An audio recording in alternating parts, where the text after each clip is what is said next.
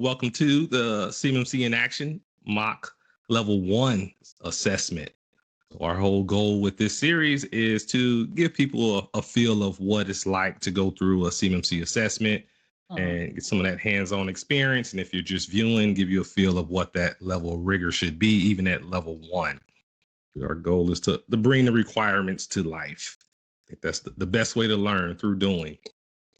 So just a quick disclaimer, anything you learn during this mock assessment is just for informational, educational purposes. Please don't sue Aspire Cyber if you implement something you learned here wrong and fail your assessment.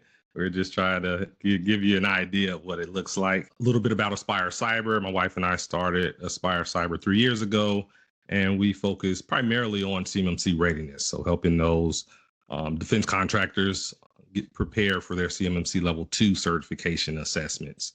I am a lead CMMC certified assessor, so that means I can subcontract for a CDPO and serve on the assessment team, which I plan on doing this year, but also, again, primarily focusing on the readiness. All right, so today we're going to be using CMMC Proof, which is a compliance acceleration system that Aspire Cyber developed, or as using it as essentially your gap assessment tool.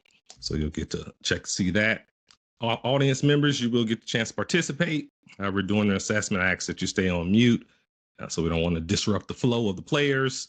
But after each domain, once it's completed, I will launch a poll and asking for your feedback, whether you feel the organization seeking assessment, which is represented by Will today, if he satisfied the requirements with his responses. So don't be too tough on Will. All right. And then, also I'll be monitoring the chat. So if you have questions in the chat, definitely post those. And our aim is to wrap up around 10 minutes prior, so you can ask questions, give feedback. Want to make this as collaborative as possible. All right. I see Trent joined us right on time. So we're good to go. Yes, indeed. Glad to be here. All right. Welcome, Trent. And so as far as the CMMC Level 1 requirements, there are 15 security requirements that map to FAR 21.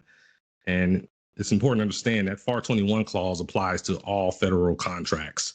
However, if the Department of Defense, they're leading the way with requiring that self-attestation for CMMC Level 1.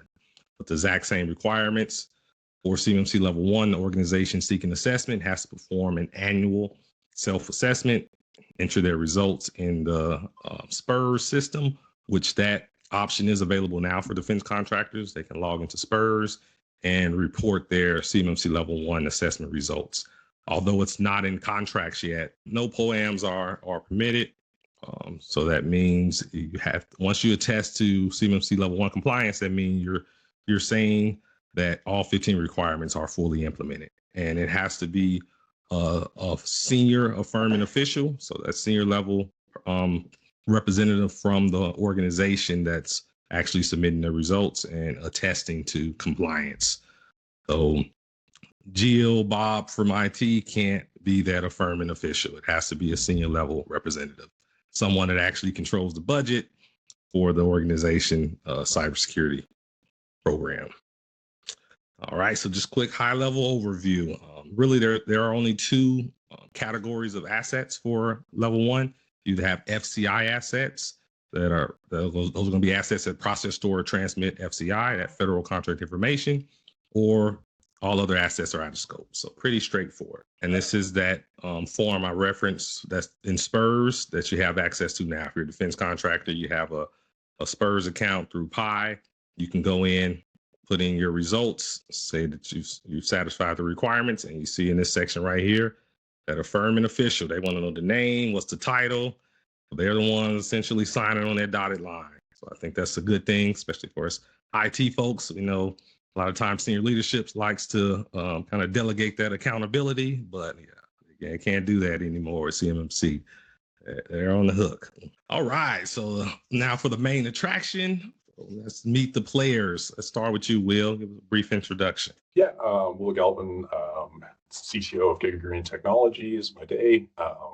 Really in the DIBCAC consulting implementation space, making sure people get ready for CMMC and, tick the technology boxes. Welcome, Will. And I know we were chatting offline. I think you have an event coming up. Is that correct? Sure do. So there's buzz in the ecosystem around the FAR CUI rule. So it's currently in public comment preview period. So we're going to have a webinar talking about what that is. And I'm going to throw that into the chat right now. It's at the end of the month on the 27th. Love to see you guys there. Awesome. Great. All right. Next up, Trent. Hey, good afternoon. Good day, everybody. Trent Tucker, CEO of T2 Square Solutions. We focus on cybersecurity services for the government. And also, I'm working with CMMC, looking for more opportunities to perform level 1 or level 2 assessments where possible. So looking forward to working with the team and engaging and networking with everybody. So thanks. All right. You're up, Michael. Hello, Michael Council, CEO, primary cybersecurity consultant for EC Technology Consulting Services. We serve people in the state, federal, and local governments, securing their assets. But we're doing a lot of, looking to do a lot of work in the CMC sphere.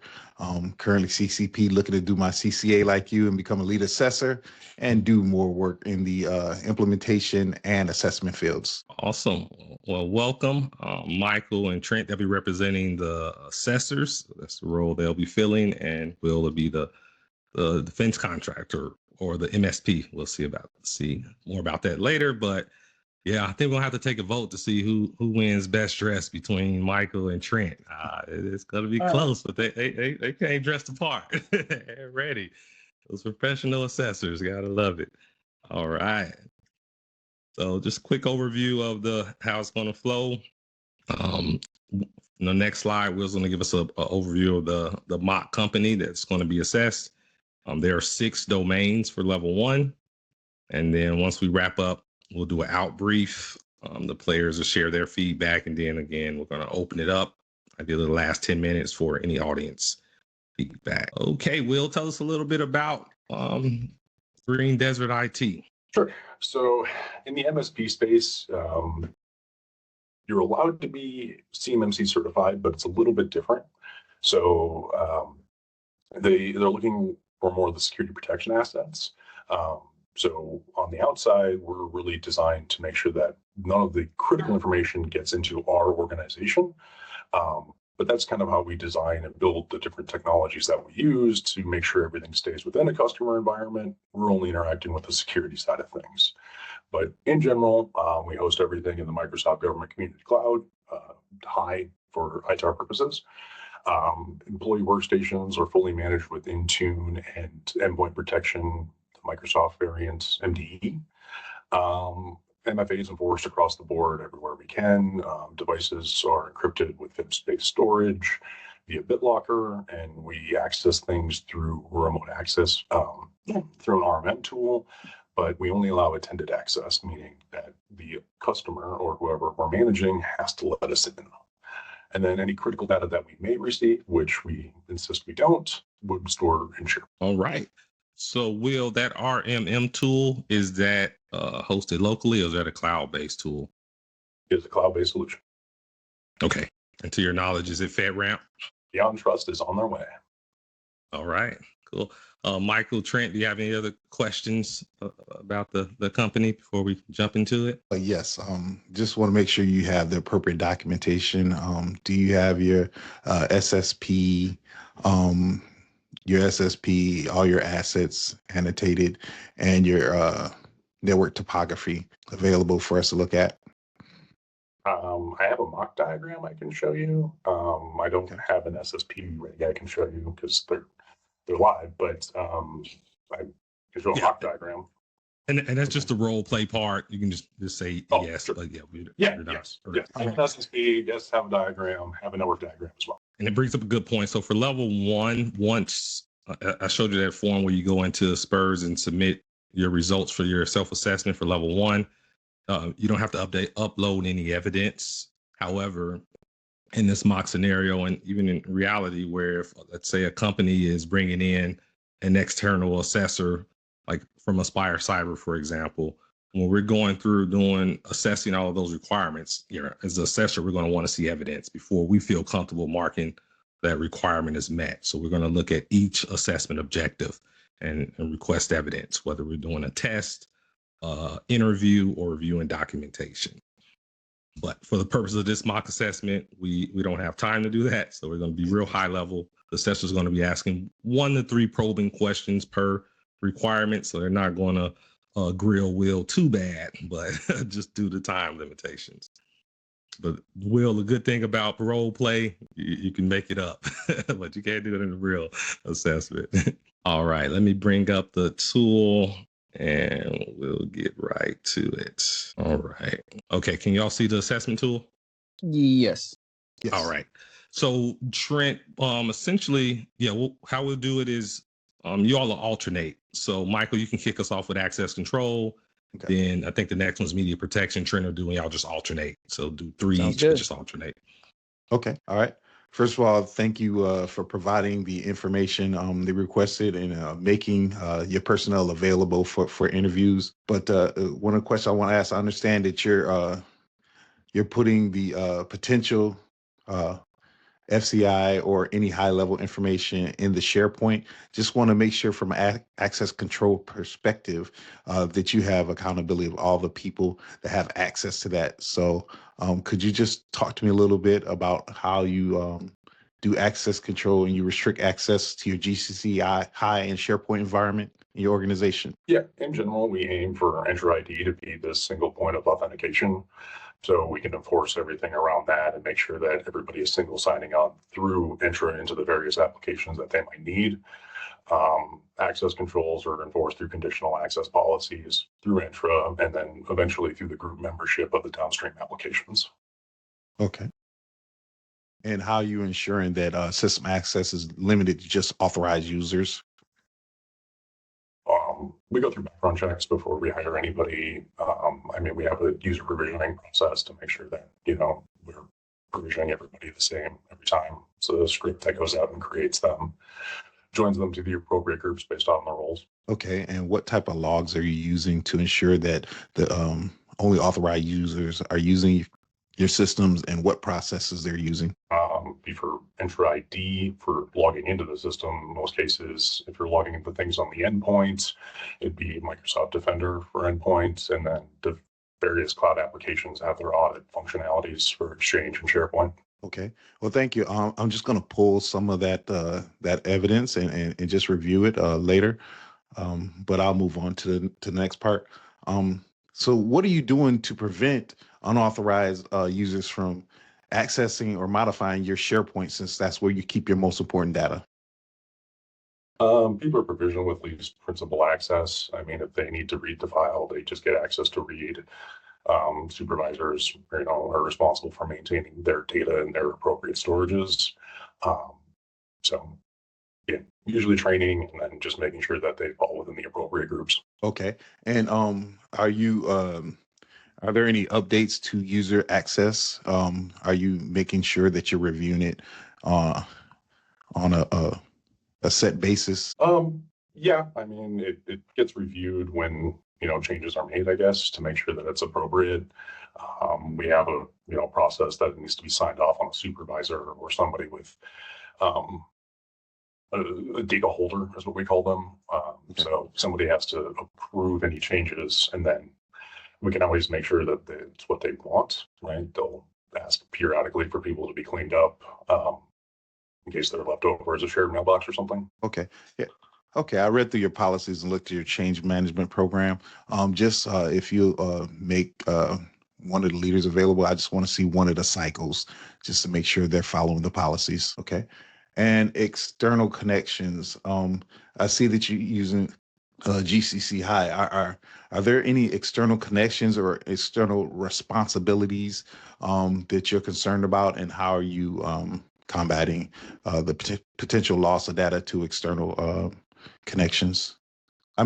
Personnel. On the connection side, we try to insist that everything goes through Entra ID, like I was saying.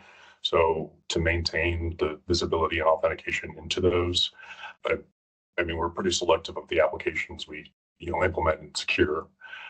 As far as making sure that nobody can just add an application, those things are locked down, right? Entra has been disabled for users to add cloud-based apps or other things. And then, if we're connecting something new, we need to definitely understand what it's going to be, and that goes through the change management process about what data it's going to touch and whether or not it's in or out of scope. Okay. And so how about how are you controlling how people share information externally? The SharePoint sites are locked down to restrict sharing only internally unless they have access to one particular SharePoint environment.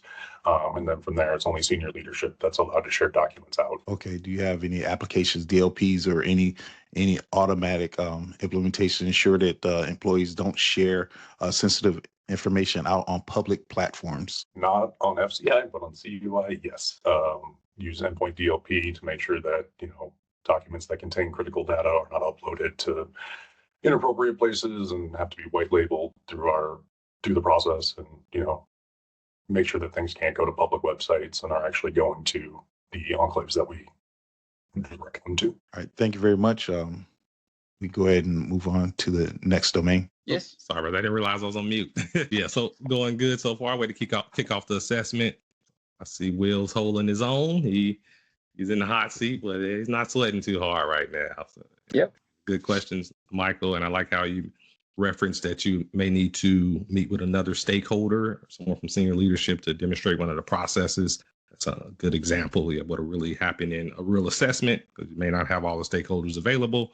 So you may have to circle back to certain requirements or assessment objectives to make sure they're all right. So ask all the attendees to vote. So what do you think? So let's see. We have 2 responses so far. Give you another minute or so to vote on whether you feel that Will answered the questions for access control adequately, keeping in mind we didn't have time to deep dive into all the assessment objectives. So far, only 2 responses, but we're at 50-50.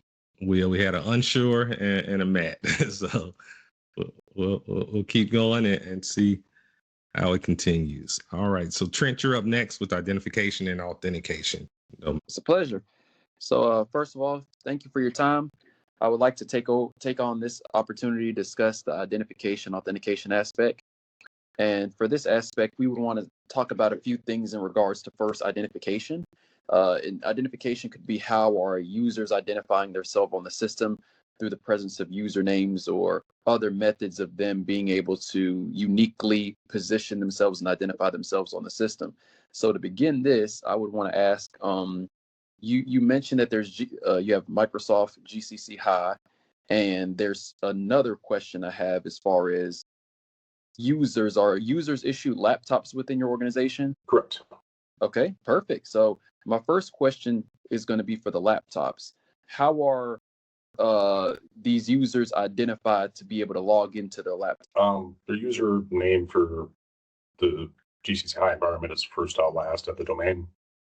So at greendesertit.com. Okay, and I guess what this is I'll also ask, is there any storage of FCI on the laptops, or it's just in GCC High environment? Yeah, there could be. It can bleed over. Okay.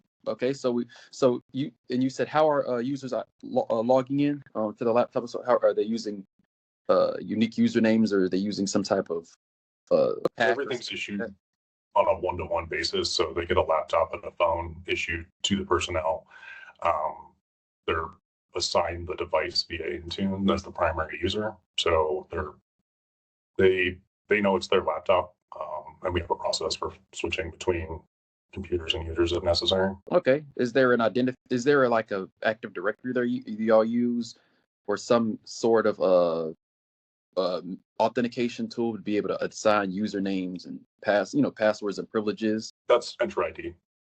Yeah, Microsoft generates the password requirements and things, but it's the authentication gateway, and we use it to dole out permissions to groups and things. Perfect, excellent. So good. And how does that work with the GCC High for Microsoft? How are users able to access that? I mean, they log into the device with Windows Hello, so they're meeting trying to meet the MFA requirements that way. I guess I'm not understanding the question, but they can also log into the web portal. But most of the time, it's single sign-on already from the device because it's cloud joined. There's no on-premise environment for the laptop. Right. Okay. That helps because so once they access their laptops, through single sign-on, they're able to access all their M365 resources. Perfect. Got you. So that takes care of part A, just for transparency. The device accessing. So process acting on behalf of the user identified. Are there any processes? So you did say that there is unique identification, and the device is accessing the system. Are there any devices that are identified within your environment? Is there any tool that could be able to say, this is this laptop versus this is this laptop? Intune manages all the devices and says, it's this serial number with this product. Okay, so there's some hardware inventory going on, or there may be some type of tool that is capturing events and able to identify those events based on the device. This laptop conducted this event, or this laptop is identified through these names, these unique identifiers for the laptop itself. So there's device identification, and there's also user identification that's taking place. I mean, we track the serial numbers of all the devices to make sure we're, onboarding things correctly, and that it's the one we got from the manufacturer and all of that. Sure. Okay. Derek, did you want me to go into the second part where it's authentication? Yes. Yeah, let's Okay. move on to that one. All right. So yeah, great on that. So as users are identified, we can now talk about how they're authenticated. So one thing is the identity of each user is authenticated or verified as a prerequisite to system access. So let's talk about the laptop, since you said the laptop hosts FCI as well. What is the method of authentication for them to be able to log in? Windows Hello. Say again? Windows Hello. Windows Hello. Hello? Hello. Yeah. Okay. Windows Hello. Okay. And with that Windows Hello, what are they required to provide? Is it password? Is it multi-factor authentication through a code that's sent to their email or their phone? It's an 8-digit PIN that's attached to the device. So it swaps out a password and marries the PIN to the phone with an MFA code at the time that you set the PIN. Wonderful. Okay, great. Now, also, do you have any remote access occurring right now? Yes. Okay, so you have some remote access. So if we want to identify the processes that are occurring with the devices, is there any device authentication that prevents certain devices from accessing the network? It's such as you see this laptop that may not be a part of the network. Is there any process for saying this device belongs or this device does not belong, or any authentication of that device to be authorized to be on the network? Sure. So there isn't a traditional network in this case, right? So everything's cloud domain joined. So that goes through a process to be able to get access to the current environment. You need a username and password within the existing environment. And we actually have it restricted to IT personnel to onboard the devices initially. And then we restricted them back out once we have them, integrated into the system. Very similar to joining an on-premise domain, but, it's just all cloud-based. Okay. All right. Yeah, I think we're good on this domain. Really good questions. And just want to highlight, so Will mention Intune, so that mobile device management solution. I think that's often overlooked for level one, where defense contractors may think, oh, okay, it's only 15 requirements. It's going to be easy to satisfy level one. But that's one example where if you're, as a defense contractor, allowing BYOD, you're allowing people to use their own mobile devices to access the in-scope systems, and that could potentially be a problem if you don't have some type of mobile device solution to manage those devices and identify what devices are accessing your systems. And in addition, you also see that a lot of these requirements will overlap. So the access control requirements overlap with the identification and authentication. So a lot of the same tools that Will referenced earlier in the access control domain were also referenced again in this one because it's overlap. Will, anything else you want to add to that? The only thing is that if we do have service accounts, things that deliver emails, we definitely note that and try to keep those, convention for anything with service. But sometimes, if it's customer facing, we want to make sure that it's appropriate, but it's always documented. So one thing is billing at Green Desert IT as a public facing side of things. We're aware of our service accounts. Okay, awesome. So Will, in regards, I know on the company profile, you mentioned that you all don't handle FCI, but can you talk more to, are you essentially treating all customer data as FCI to that level? Again, our goal is to make sure that it never enters our environment, to maintain it within the customer environment. So if we do see anything spill over, we definitely have processes to notify the customer and let them know what's going on. But in general, we don't house any of their data, but we would have security protection data and access to security protection assets for the customer. So that's where our scope generally comes into play, is where we're housing those pieces of information. Okay. Yeah. That brings up a good use case for a managed service provider where, yeah, they may not have a direct contract with DoD, or they're not a subcontractor, and the data they're handling does not meet the legal definition of federal contract information or controlled unclassified information. However, in this mock assessment, we're showing that MSP still has a secure environment that could handle data at that level. And for this one, his environment is in Microsoft GCC High, so it's authorized to handle up to ITAR, CUI. So, but they're not handling it. And the reason I highlight that is because I oftentimes talk to defense contractors, and they may say, I don't have FCI, I don't have CUI. It's rare if you're a federal contractor, you're not going to have. You're going to at least have FCI likely, but they'll typically say they don't have CUI.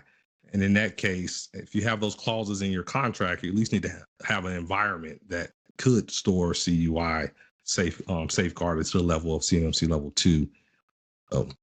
This is a good example of how to do that, even if you don't have that information. All right, moving along here. Let me go ahead and launch this poll. What do you all think? That will his responses satisfy the IA requirements?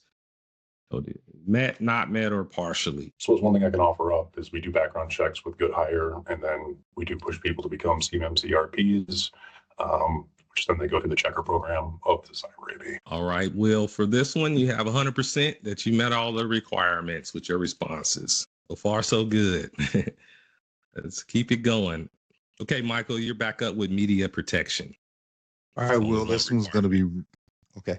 All right, Will, this one's going to be really easy, I think, for you.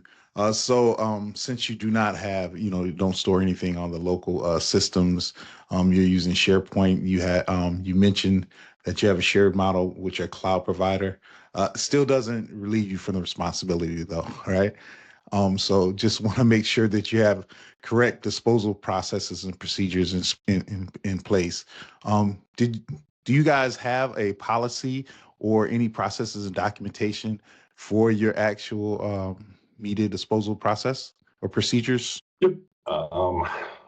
This put me on the spot, but is it NIST 888? I can't remember. It's the one for actually going through and following the NIST procedures. You got it. All right, sweet. Pulling it out of nowhere, but yeah, we just try to follow that as much as possible. When we need to wipe drives ourselves, we boot it up to the command line and perform the Windows-based hardware zeroing out. Almost everything we have is kind of think of the SSD, the latest versions, but when you zero them, it clears out the drives. Okay, so on your systems, like when you have a new you're reusing a system, reutilizing a system, is there any type of sanitation process that you're using to make sure that, it did process at a time, right? It did transit through that system. It may have, because you said you don't have FCI, but there's a possibility. Are there any sanitation processes or imaging processes you're doing before you prepare that and hand that system over to a new employee or dispose of it? Yeah, they're factory reset. So we do have loaners ready to go in case somebody's computer dies, and then which they're pretty much in a blank slate, and we just reassign them a new device in the system so they can get up and running, and then we take and dispose of the other device. However, we try to repair it, right? We send anything out for depot under warranty, we definitely zero out the hard drive before we send it. We try to do this across all the different components we have, especially printers and just any network storage or hardware that they might have. Okay. And how are you ensuring that any potential FCI data or any of your data, like if you move to a new tenant, right, is being removed from the SharePoint and all of the GCC High environments? I mean, go through change management, right? I mean, we want to make sure that we're keeping the data for at least some period of retention. I mean, it depends on what it is and where it is, but we have different retention schedules for types of information. And maybe if we were going to move out of an enclave, we would definitely have a lot of considerations, right? So, you know, if we're moving data around, it's not a simple process. We understand why we're separating, what's the constraints, and try to harden the new environment to 110. Okay. Now, I know you said you have a disposal process. Do you have any relationships with any third party disposal or sanitation media disposal companies? We don't personally. We don't work with them directly because we can zero the hard drives, right? We have that ability. For our customers that don't and don't want us to, it's a hard thing to do remotely, right? Because it's you boot up, right? So we have them work with somebody who's reputable and can provide a certificate of destruction. Okay. All right. Well, I mean, if you have any certificates of destruction, from the past year or so, I'd like to go ahead and look through those. But I understand in the current architecture you have, it's probably not a possibility. So thank you for answering my questions. Sounds good. Fantastic. Okay, let's see what the attendees think. How did Will do? Did he satisfy the one media protection requirement? And Michael, that was a good question about how is he sanitizing that digital information, like in the cloud environment. I can't think of the name right now, but I know essentially you can encrypt the data and then essentially delete that key. So that's one way you can kind of delete the data in the cloud environment to make sure that it can be recovered. Good question. All right, look, we're at 100%. All right, let's keep the streak going, Will. Okay, we're back up on you, Trent, for physical protection. So for physical protection, we're going to look at some things here. I saw that you mentioned, well, I heard that you mentioned everything is remote for the most part. Is that correct? Correct. No physical location. Okay. So for your for the people that are issued laptops, is there any is there any housing of these? Is there a operating place that you'll operate from, the headquarters? Nope. So all of our employees follow a strict work from home policy. Has various rules to make sure that they're working in an enclosed space with nobody around them, using headsets when appropriate, not facing any open windows, locking the device up when nobody's around, but also maintaining just general security of the device and letting us know if anything happens or disappears.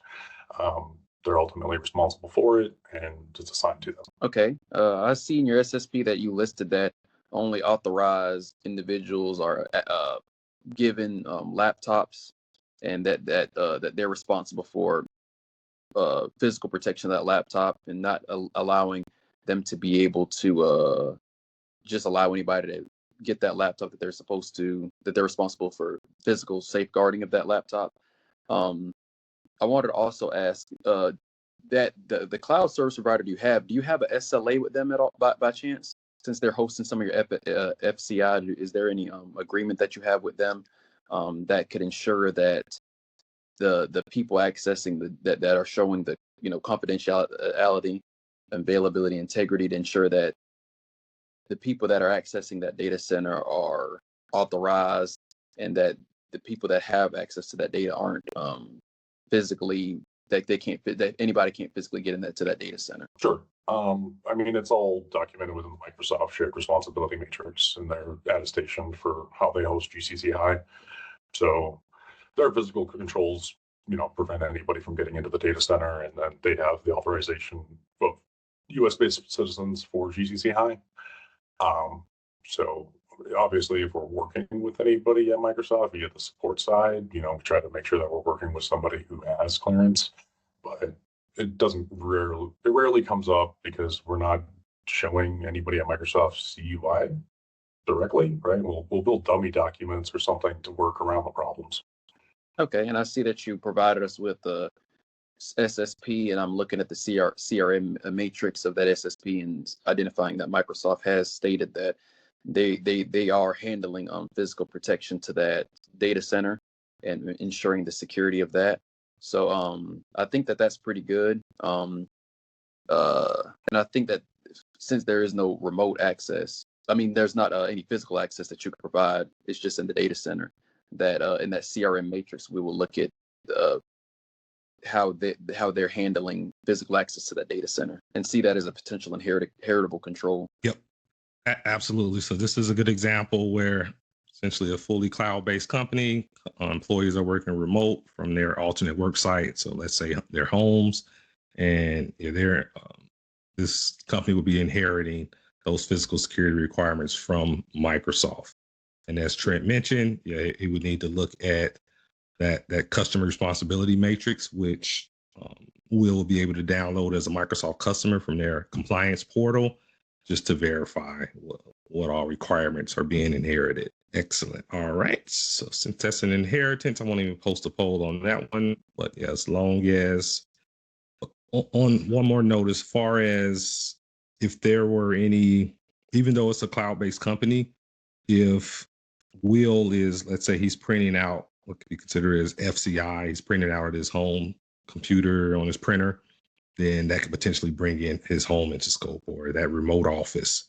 So if you're going to have a cloud-based company and you want to not bring in the physical security requirements, you want to inherit that fully from that cloud service provider or MSP, and you want to make sure you don't have any physical CUI. There's no CUI or FCI leakage, so you can fully inherit.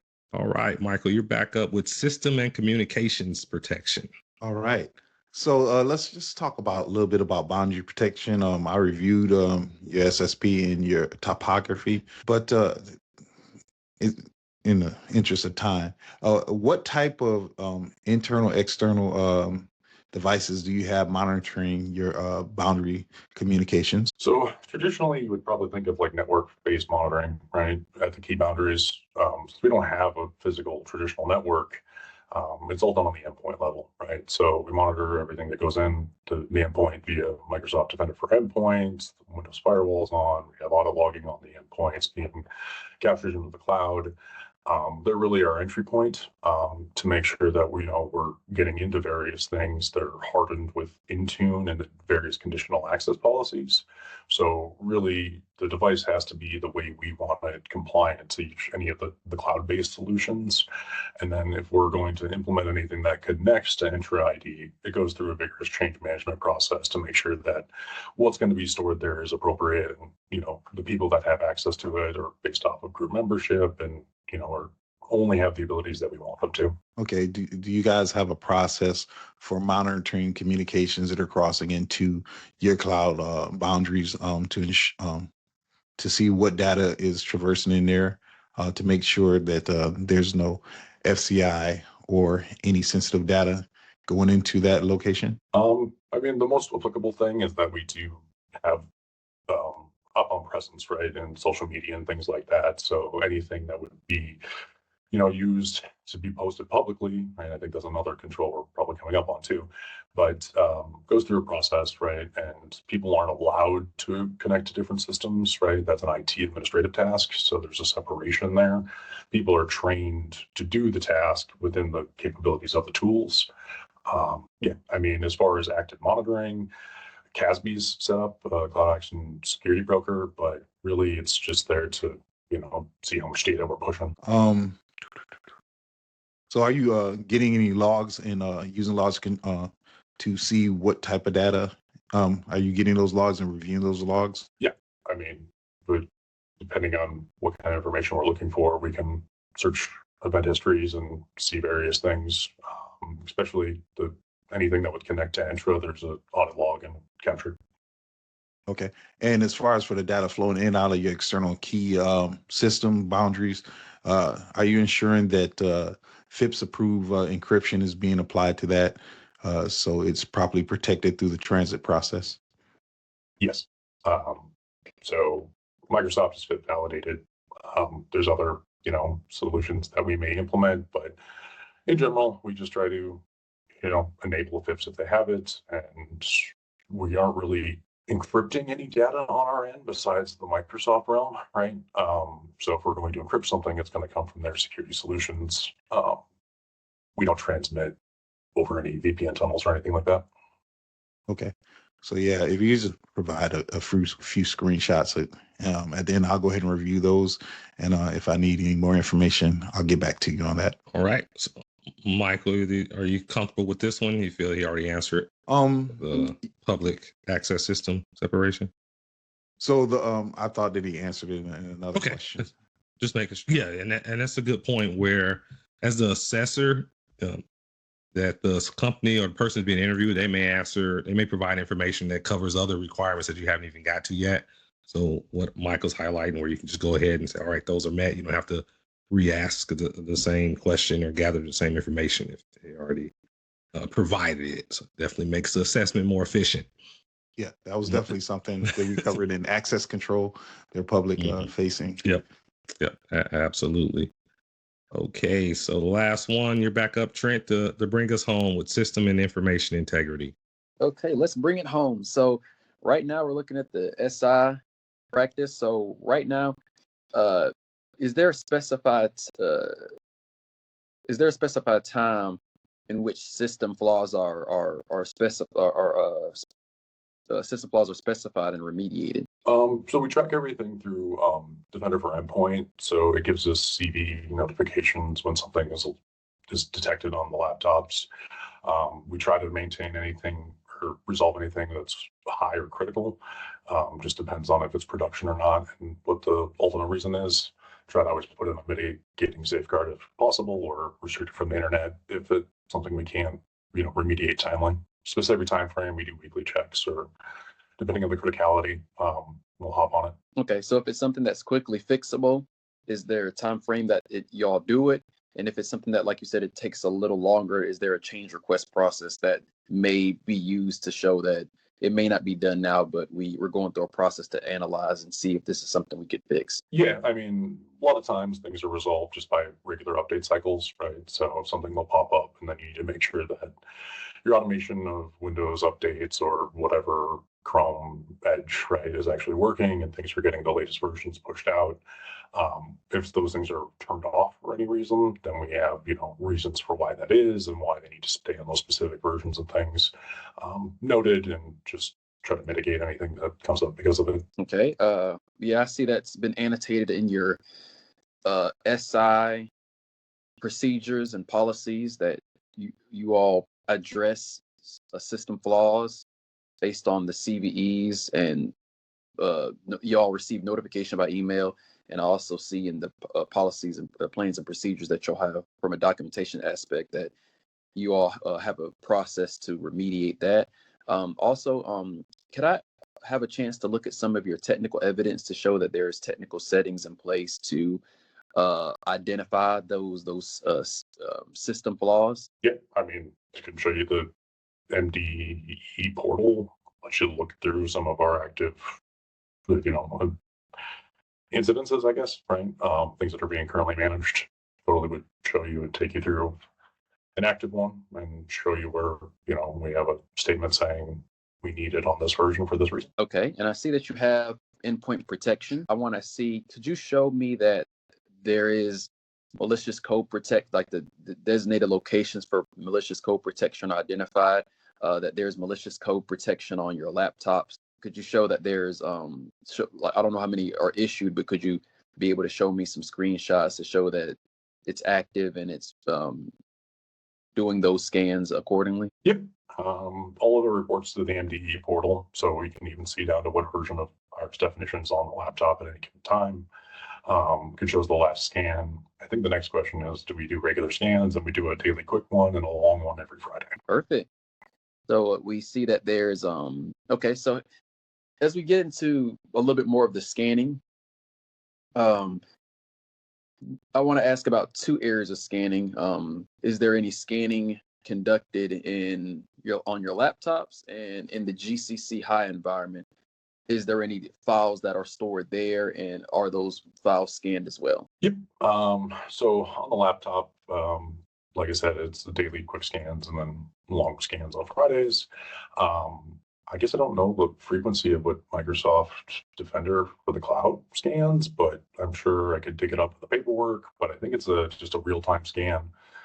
We have real-time enabled on our workstations as well. So if anything does come from email or network share from anywhere, it's scanned before it's allowed on the computer. And then Exchange Online also is protected by Office protection. They have so many names. I probably rambling them together, but that also performs periodic scans of the Exchange mailboxes to ensure that there's nothing stored there that's malicious. Okay, great. So for A and B and C, I see that you have, when I'm looking at your SSP and your plans and procedures documentation, I see that you have identified that the frequency for these scans is continuous. So we would also want to see the settings for the Defender and for your laptop to show that it's set for continuous. So we would look at that to couple with the documentation we have that states it's continuous. And then for any real-time malicious code scans, I see that you have continuous as well for that as your defined your defined parameter.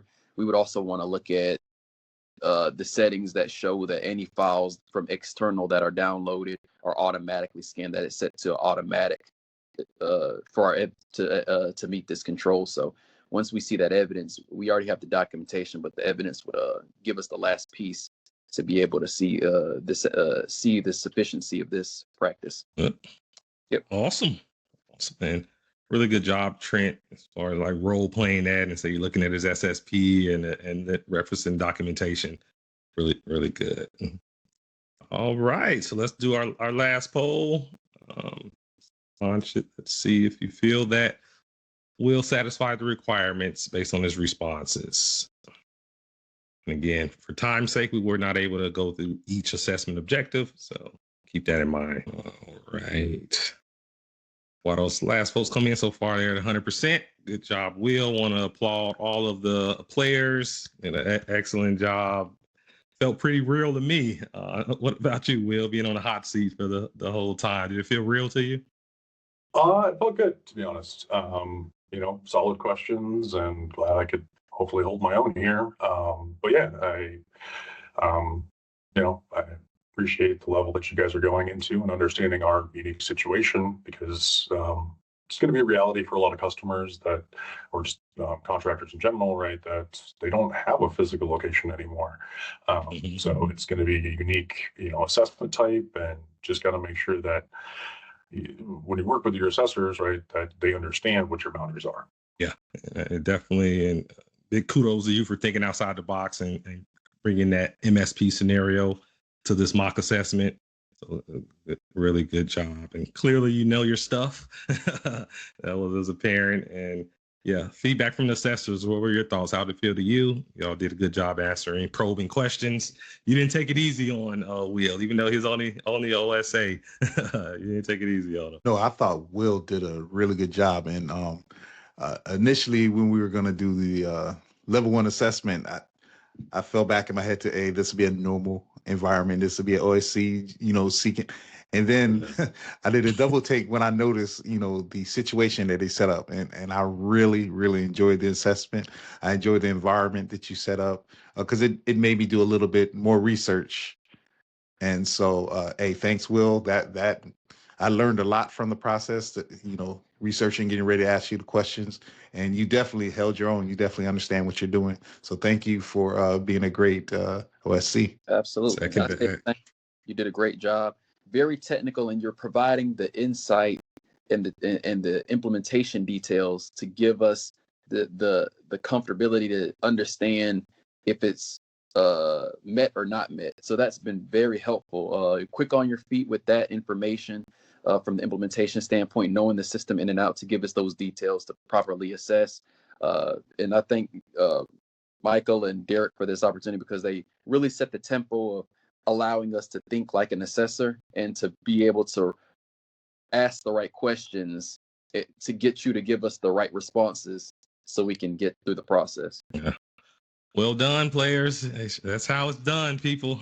These are not professional actors. They just came and said, hey, let's role play this and demonstrate how it's done. I think that's the best learning outside of actually getting a real assessment. So, because you can look at the requirements all day and still not have no idea how to actually implement it. But let's open it up last few minutes. Any of the participants, any of the attendees have any feedback, questions? Floor is open. This was great, guys. Very, very helpful. I certainly appreciate you guys doing this. This was good to see how this is done in the CMMC world. So thanks you for doing it. Yeah, this was awesome. I did put the link in the chat. Anyone who wants to sign up and play, don't be afraid. It's not painful. We'll support you preparing. And then, yeah, the beauty about mock role playing, you can make it up as you go. No one's holding your feet to the fire, but yeah, definitely invite you to play. We do this every week, same time, same place. See any other feedback or questions before we break? I can't think of a better way to spend your lunch than doing a good old mock assessment for CMMC. I have some feedback. Yeah, please. I just want to bring the attention to the group that being from an Army background and doing crew drills, and doing things over and over and over again until it becomes second nature and getting it right. There's not many opportunities out there to do things like this. So if you're in the audience and you are seeking to become an assessor or even, become an OSC or an external provider, this is a good opportunity to get in the hot seat without it having any consequences. Right. And doing it over and over again to get ready. And this seems like I'll say it, it's a very, very supportive community. I can see that already. And just go ahead and participate because it helps you out and it gets the community ready, because at the end of the day, our mission is to get the DIB ready to protect our data that we pay for as taxpayers. Yeah, absolutely. We're on the same team. And like you said, this is a safe environment. You're not going to be penalized or ridiculed or anything. Just come, and it's going to be the best way to demonstrate your skills. Love it. All right. Well, I guess we get ready to break. Appreciate y'all's time today, and special thanks to the players. Join me in a round of applause. Really, really good job. This was a lot of fun. Y'all did a great job. Welcome to come back and play again anytime. Like I said, every week we're here. I enjoy doing this. So definitely, but spread the word and tell your friends. This is a safe place to come hone your CMMC skills.